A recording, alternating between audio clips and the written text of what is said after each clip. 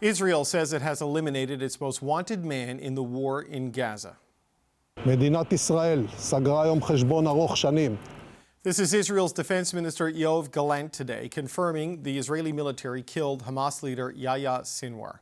The IDF says Sinwar was among 3 men killed in Gaza yesterday, but a DNA test today confirmed his identity. Sinwar was the mastermind behind the October 7th attacks when Hamas militants stormed Israel, killing more than 1,000 people and taking hundreds of hostages. He's been a top target for Israel since then. אבל המשימה שלפנינו עדיין לא הושלמה. But today, Israel's prime minister said Sinwar's death doesn't necessarily mean the war is over and that Israel will continue full force until the hostages are returned. Today, the U.S. State Department urged that this was an opportunity to make a deal. The chief obstacle to reaching that ceasefire and bringing it into the war has been Sinwar, who has refused to negotiate at all in recent weeks and has said no time and time again. That obstacle has obviously been removed. Can't predict that that means that whoever replaces Hamas will agree to a ceasefire, but it does remove what has been in recent months the chief obstacle to getting one. So Sinwar's death, the beginning of the end of the war in Gaza, or yet another escalation for conflict across the Middle East? Rhonda Saleem is a senior fellow and director of the Conflict Resolution and Track 2 Dialogues program at the Middle East Institute. Thomas Junot is an associate professor at the University of Ottawa's Graduate School of Public and International Affairs. It's good to see you both. Thanks for being here today. Thanks for having us. Thomas, Joe Biden compared this to Barack Obama's announcement that the U.S. had killed Osama bin Laden. Is it that kind of a victory today for Israel? Well, for sure, it's a significant victory for Israel. I mean, as you said in the introduction, Sinwar was the mastermind between the October 7th terrorist attacks just over a year ago.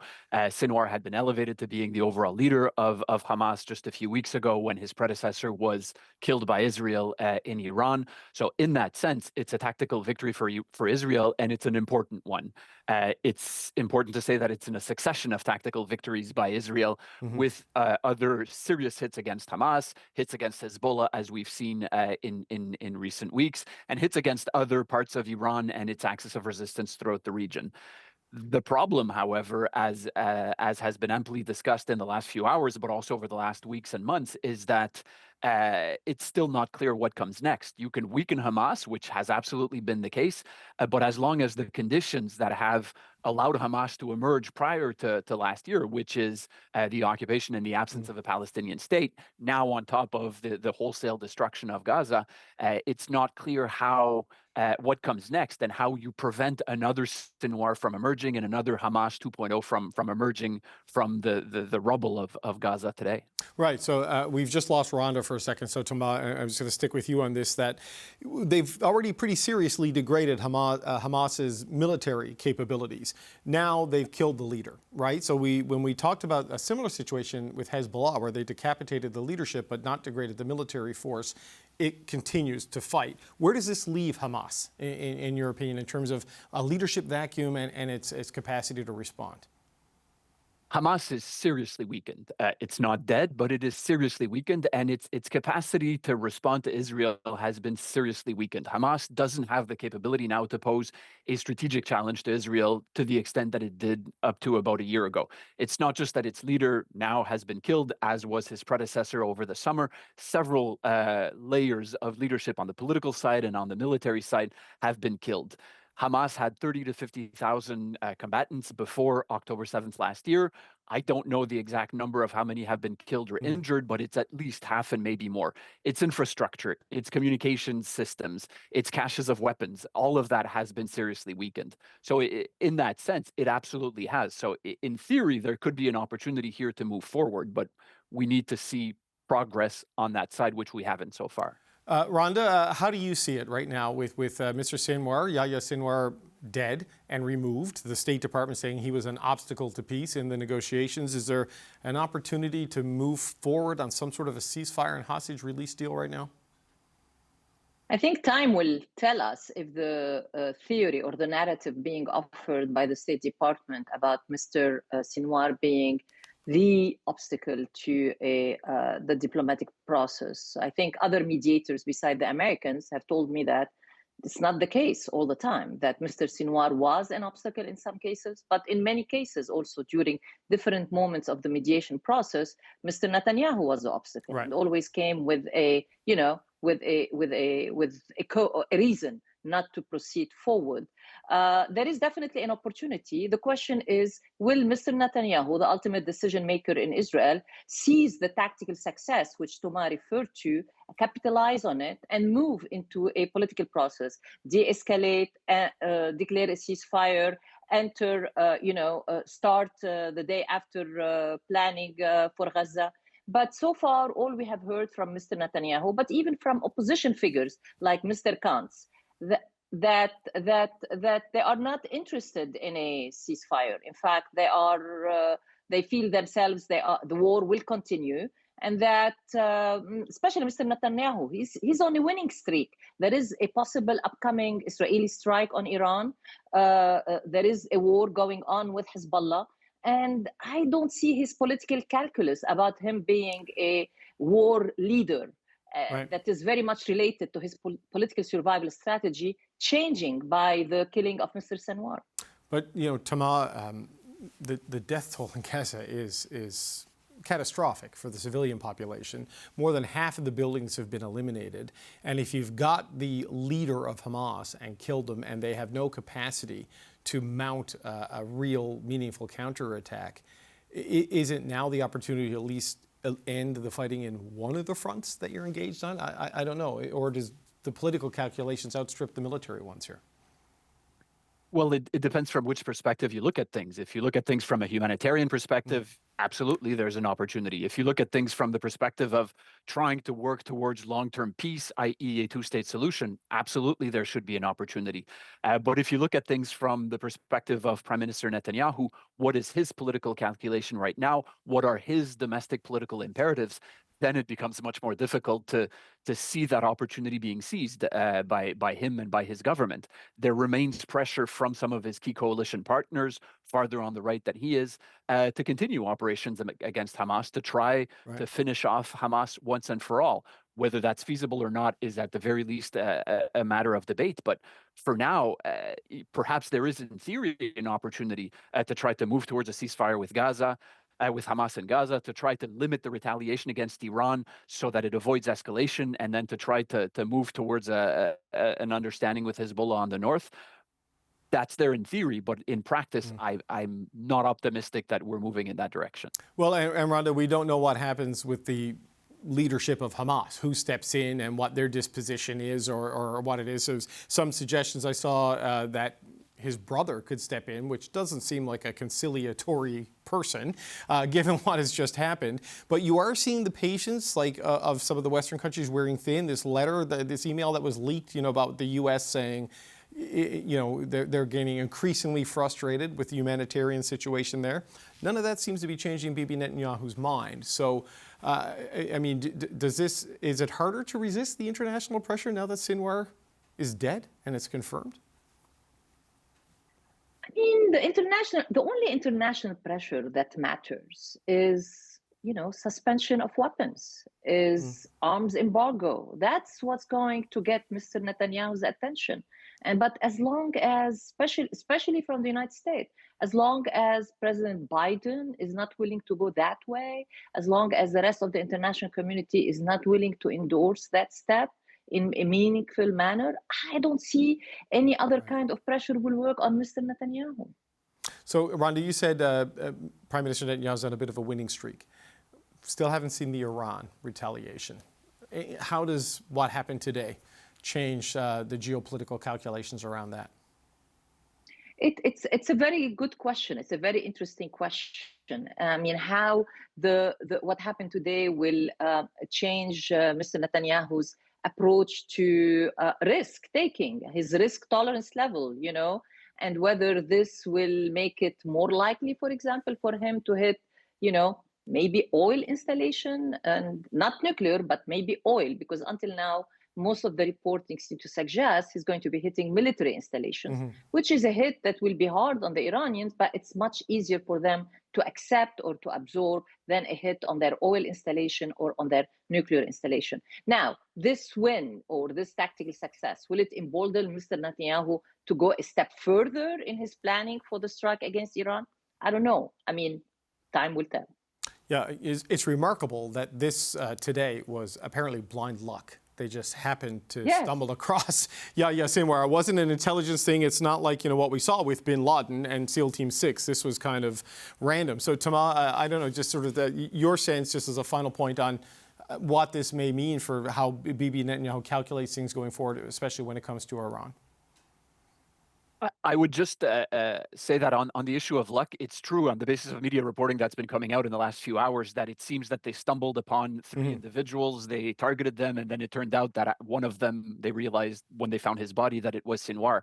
That being said, behind that obvious luck, these three individuals, including Sinwar, were on the run because they were constantly being pursued by Israeli forces, presumably on the basis of intelligence that they had been working extremely hard with American assistance to pursue, to find him. So there is obviously an element of luck, but in a broader context. In terms of next steps, there will be an Israeli retaliation against Iran. I don't think it fundamentally changes that calculus. As Rhonda very well said, will this affect Netanyahu's risk tolerance in one way or another? Perhaps a bit, but I'm still making the prediction that there will be a hard retaliation, but a targeted one against military sites, with an opening to Iran to try to not escalate. And this is an opening that Iran will be tempted to seize because, as we've said multiple times, Iran does not want this to escalate because it understands that it loses in that escalation scenario. And if anything, the loss of Sinwar in the last 24 hours, from Iran's perspective, compounds the calculus that it is suffering a lot. Rhonda Saleem and Thomas Junot, always a pleasure to speak with you. Thanks for being here today. Appreciate your time. But right now, the war still rages on in Gaza. Israeli strikes killed 11 Palestinians in Gaza City today. The Hamas-run health ministry says that more than 42,000 Palestinians have been killed in a year of Israeli assaults. So how does Sinwar's death play into all of this? Retired Lieutenant Colonel Jonathan Conricus is a former IDF spokesperson. He's now a senior fellow at the Foundation for Defense of Democracies, and he joins us now. Jonathan Conricus, thanks for joining us again today. Thank you for having me. The mastermind of the October 7th military operations is dead. What does this mean for Israel and the war? What it may mean is that there's a chance for Palestinians in Gaza and their overseas leadership in Qatar to make a smart deal to end the war, to bring back the hostages, and to turn the page and perhaps go into the new stage of rebuilding southern Israel and rebuilding Gaza. That's now in the hands of Hamas. The Israeli Prime Minister has made that offer, both directly and openly, and also in other channels. And what I hope to see, and I'm, not very happy or elated that Yahya Sinwar is dead. It was just a matter of time. I said before that he has to be lucky each and every time we try, and we only need to get lucky once. And at this time, we actually were very fortunate. This wasn't a special operations operation. This wasn't exploding beepers in the heart of Hezbollah or Hamas. It was just ordinary infantry and armored soldiers who happened to see enemy combatants scurrying from one place to another, engaged them, and eventually found out that they had taken out Hamas's supreme leader. So what this means going forward is that there's a chance for good things happening, but politics will have a play. And I hope that pressure will be applied on Hamas through Qatar by the US so that we can end this fighting here and move on to better things. Well, what are the political calculations on the Israeli side, though, Jonathan Conricus? Because Prime Minister Netanyahu said the war isn't over yet. He has said several times the war won't end until Hamas is eradicated.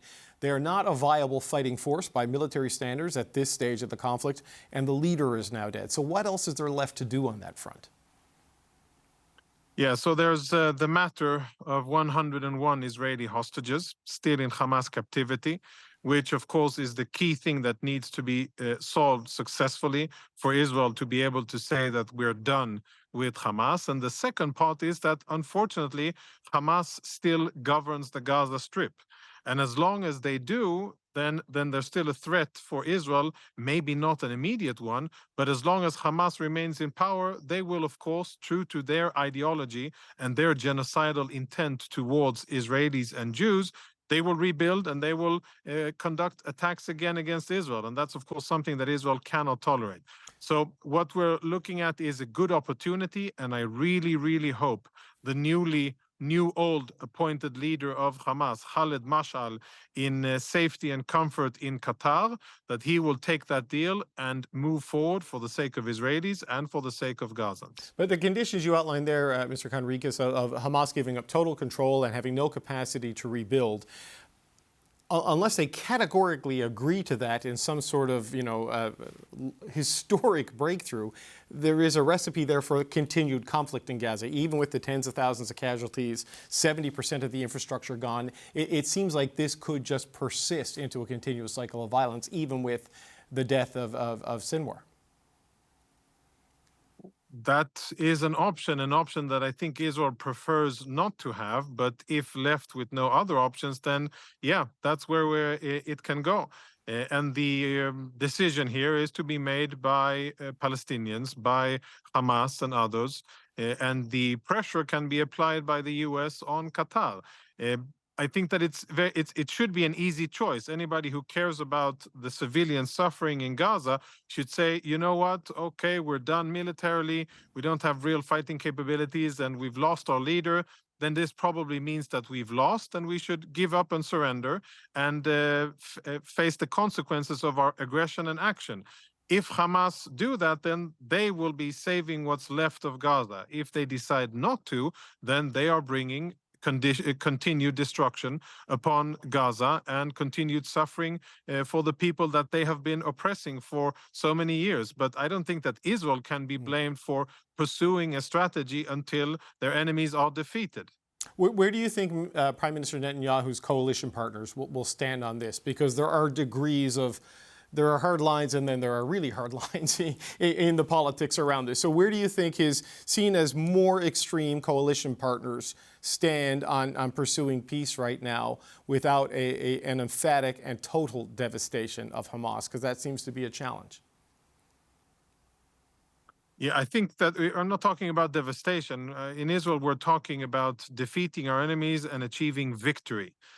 I know it's an odd word and a foreign word many times, perhaps for Canadian ears, but victory against an aggressor, victory against a terrorist organization that butchered our people and openly said, and Yahya Sinwar sent it in his handwritten notes, and his lieutenants, before they were eliminated, said it time and time again. Mm-hmm. We will do October 7 again and again until we free all of what they call Palestine.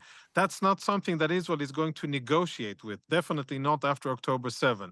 So what Israel is focusing on, and by the way, it's interesting to see that statements that include the word victory and completing the mission, they're said by center-left and centrist leaders in Israel, like Lapid and Gantz, not only by the extremists, using your words, in the Israeli government. And I think that today that there's quite a lot of unity around the fact that, yes, Hamas is on the ropes now, but we need to apply more pressure in order to actually, A, get our people home, release the hostages, and B, make sure that this never happens again coming from Gaza. No, that is a fair point about Mr. Gantz and others saying that. It's just they're not his coalition. That's why I asked about that particular thing, because that's a more immediate concern, I would suggest, for Prime Minister Netanyahu. So we don't know now, Jonathan Conricus, where conversations will go on a ceasefire, on a hostage release. Things have gotten close in the past. Some countries have blamed Prime Minister Netanyahu for conditions that were unacceptable. Others have definitely blamed Mr. Sinwar, who is now removed from the equation. What kind of an opportunity do you think there is now with new Hamas leadership? What is your sense of the new leader and their willingness to maybe cut some sort of a deal that gets to a ceasefire and the release of the hostages?